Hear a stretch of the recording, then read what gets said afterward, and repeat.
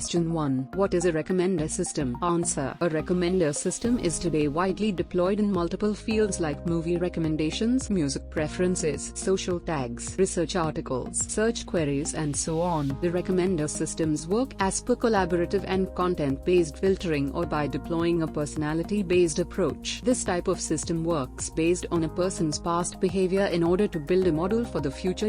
This will predict the future product buying, movie viewing, or book reading by people. It also creates a filtering approach using the discrete characteristics of items while recommending additional items.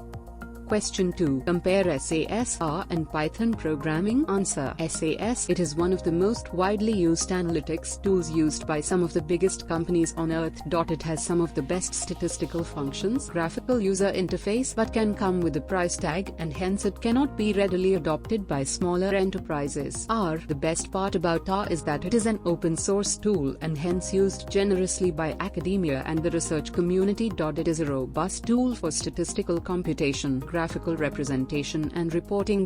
Due to its open source nature, it is always being updated with the latest features and then readily available to everybody. Python. Python is a powerful open source programming language that is easy to learn, works well with most other tools and technologies. The best part about Python is that it has innumerable libraries and community created modules, making it very robust. It has functions for statistical operation, model building, and more. Question 3. Explain the various benefits of R language. Answer. The R programming language includes a set of software suite that is used for graphical representation, statistical computing, data manipulation, and calculation. Some of the highlights of R programming environment include the following: an extensive collection of tools for data analysis, operators for performing calculations on matrix and array, data analysis technique for graphical representation, a highly developed yet simple and effective programming language. It extensively supports machine learning applications. It acts as a connecting link between various software tools and data sets. Create high-quality reproducible analysis that is flexible and powerful. Provides a robust package ecosystem for diverse needs. It is useful when you have to solve a data-oriented problem.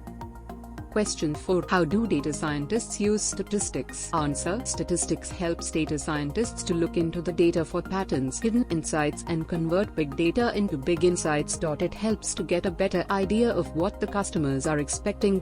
Data scientists can learn about the consumer behavior, interest, engagement, retention, and finally conversion, all through the power of insightful statistics. It helps them to build powerful data models in order to validate certain inferences and predictions. All this can be converted into a powerful business proposition by giving users what they want at precisely when they want it.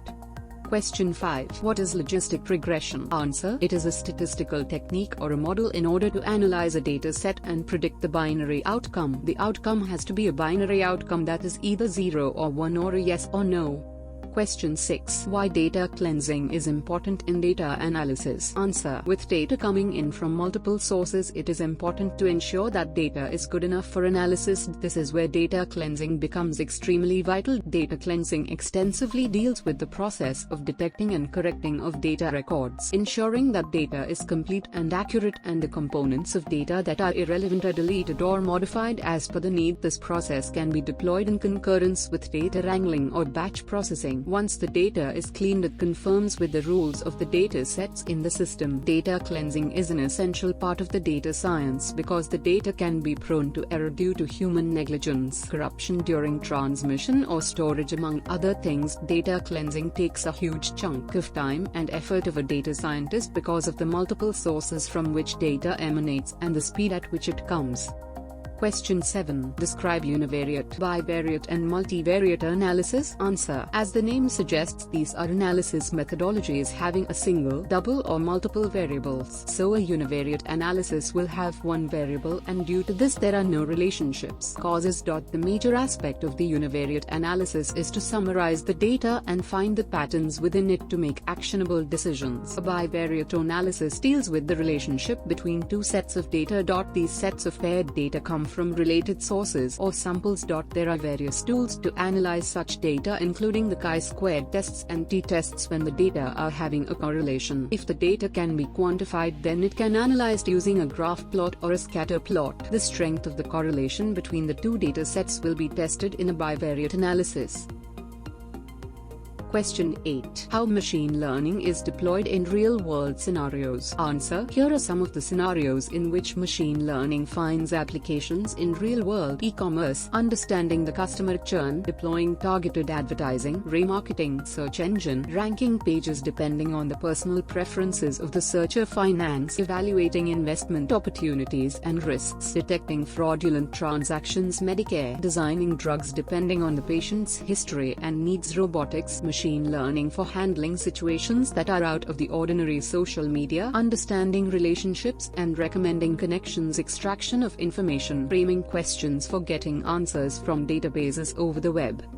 Question 9. What are the various aspects of a machine learning process? Answer. In this post I will discuss the components involved in solving a problem using machine learning. Domain knowledge. This is the first step wherein we need to understand how to extract the various features from the data and learn more about the data that we are dealing with. It has got more to do with the type of domain that we are dealing with and familiarizing the system to learn more about it. Feature selection. This step has got more to do with the feature that we are selecting from the set of features that we have. Sometimes it happens that there are a lot of features and we have to make an intelligent decision regarding the type of feature that we want to select to go ahead with our machine learning endeavor. Algorithm. This is a vital step since the algorithms that we choose will have a very major impact on the entire process of machine learning. You can choose between the linear and non-linear algorithm. Some of the algorithms used are support vector machines, decision trees, naive Bayes k-means clustering, etc. Training. This is the most important part of the machine learning technique, and this is where it differs from the traditional programming. The training is done based on the data that we have in providing more real-world experiences. With each consequent training step, the machine gets better and smarter and able to take improved decisions. Evaluation. In this step, we actually evaluate the decisions taken by the machine in order to decide whether it is up to the mark or not.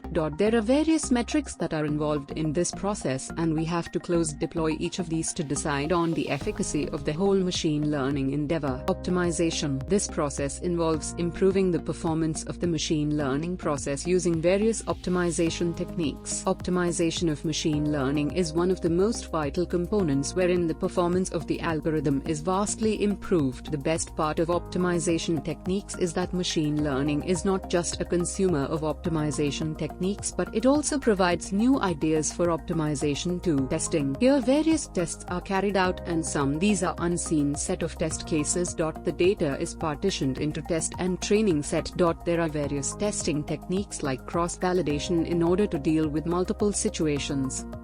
Question 10. What do you understand by the term normal distribution? Answer. It is a set of continuous variables spread across a normal curve or in the shape of a bell curve. It can be considered as a continuous probability distribution and is useful in statistics. It is the most common distribution curve, and it becomes very useful to analyze the variables and their relationships when we have the normal distribution curve. The normal distribution curve is symmetrical. The non-normal distribution approaches the normal distribution as the size of the samples increases.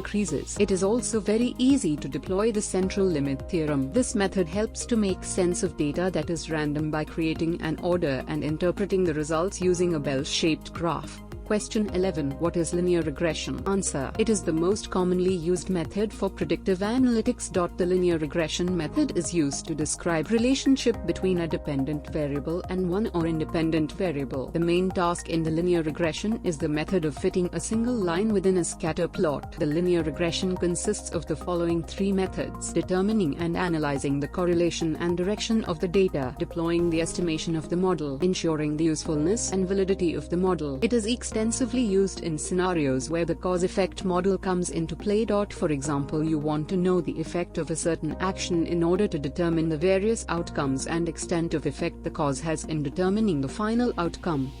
Question 12. What is interpolation and extrapolation? Answer. The terms of interpolation and extrapolation are extremely important in any statistical analysis. Extrapolation is the determination or estimation using a known set of values or facts by extending it and taking it to an area or region that is unknown. It is the technique of inferring something using data that is available. Interpolation, on the other hand, is the method of determining a certain value which falls between a certain set of values or the sequence of values. This is especially useful when you have data at the two extremities of a certain region but you don't have enough data points at the specific point. This is when you deploy interpolation to determine the value that you need. Question 13. What is power analysis? Answer. The power analysis is a vital part of the experimental design. It is involved with the process of determining the sample size needed for detecting an effect of a given size from a cause with a certain degree of assurance. It lets you deploy specific probability in a sample size constraint. The various techniques of statistical power analysis and sample size estimation are widely deployed for making statistical judgment that are accurate and evaluate the size needed for experimental effects in practice. Power analysis lets you understand the sample size estimate so that they are neither high nor low. A low sample size, there will be no authentication to provide reliable answers, and if it is large, there will be wastage of resources.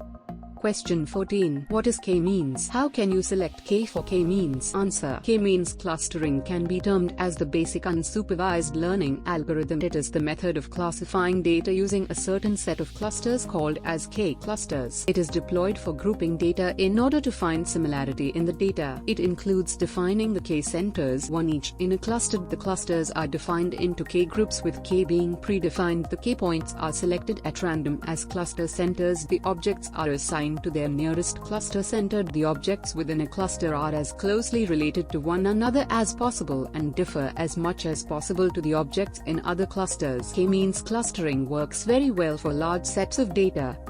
Question 15. How is data modeling different from database design? Answer. Data modeling. It can be considered as the first step towards the design of a database. Data modeling creates a conceptual model based on the relationship between various data models. The process involves moving from the conceptual stage to the logical model to the physical schema. It involves the systematic method of applying the data modeling techniques. Database design. This is the process of designing the database. The database design creates an output which is a detailed data model of the database. Strictly speaking, database design includes the detailed logical model of a database, but it can also include physical design choices and storage parameters.